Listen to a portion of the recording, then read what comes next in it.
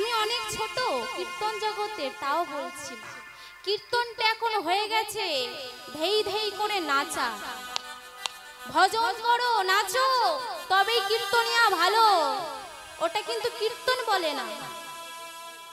শুনুন, আপনাদের বাড়িতে যে কীর্তনটা হচ্ছে, গ্রামে কীর্তনটা হচ্ছে, মঙ্গলটা কিসে আগে জানতে হবে। আমাদের মঙ্গল কোথায়? মঙ্গলটা কিসে?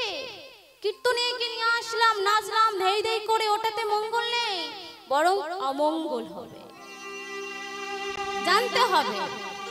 যদি না কীর্তন আসরে বেশে দু ফোঁটা চোখের জল ফেললাম, কি কীর্তন শুনলাম? কীর্তন আসরে সে দু ফোঁটা চোখের জল ফেলো, ওটাকেই কীর্তন বলে। বাড়িতে কেউ তো কীর্তনের বা নাম শুনে চোখের জল ফেলো? সংসারে কিসের চোখের জল ফেলো?